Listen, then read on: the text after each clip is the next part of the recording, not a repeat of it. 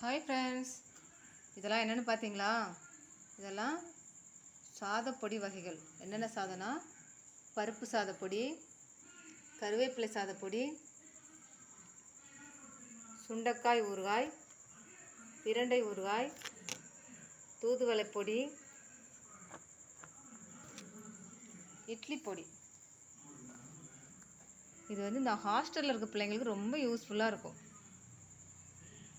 என்னென்னு பார்த்தீங்கன்னா, தக்காளி தொக்கு, தக்காளி ஊறுகாய், இந்த மாதிரி சுண்டைக்காய் ஊறுகாய், இதெல்லாம் செம்ம டேஸ்ட்டாக இருக்கும். சுடு சாதத்தில் போட்டு பசஞ்சு சாப்பிட்டா அவ்வளோ டேஸ்ட்டாக இருக்கும். ஹாஸ்டலில் இருக்க பிள்ளைங்களுக்கு ரொம்ப யூஸ்ஃபுல்லாக இருக்கும் பாருங்கள். அதே போல் இந்த பொடி வகைகளும் அப்படி தான். இந்த தூதுவளை பொடி, பருப்பு சாத பொடி, கருவேப்பிலை பொடி, இது எல்லாமே சாதத்தில் கலந்து சாப்பிட்ற பொடிங்க தான். ஹாஸ்டலில் இருக்க பிள்ளைங்களுக்கு ரொம்ப யூஸ்ஃபுல்லாக இருக்கும். வயசானவங்களுக்கு ரொம்ப ரொம்ப யூஸ்ஃபுல்லாக இருக்கும். இந்த தூதுவளை பொடி, முடக்கத்தான் பொடி, இதெல்லாம் முடக்கத்தான் பொடி மூட்டு வலிக்கு அவ்வளோ நல்லது.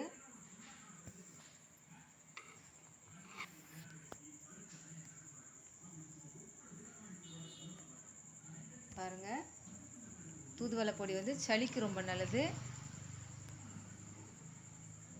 அப்புறம் கருவேப்பிலை பொடி நம்மளுக்கு சொல்லவே தேவையில்லை. கண்ணுக்கு, முடி வளர்ச்சிக்கு எல்லாத்துக்குமே ரொம்ப நல்லது கருவேப்பிலை பொடி. ஒவ்வொரு ஊறுகாயிலும் ஒரு ஒரு சிறப்பு இருக்குது, ஒரு ஒரு பொடியில் ஒரு ஒரு சிறப்பு இருக்குது. வேணுன்றவங்க இந்த வாட்ஸ்அப் நம்பருக்கு ஒரு மெசேஜ் பண்ணுங்கள். இன்னும் நிறைய பொடி வகைங்க இருக்குது, நிறைய ஊறுகாய் வகைங்க இருக்குது.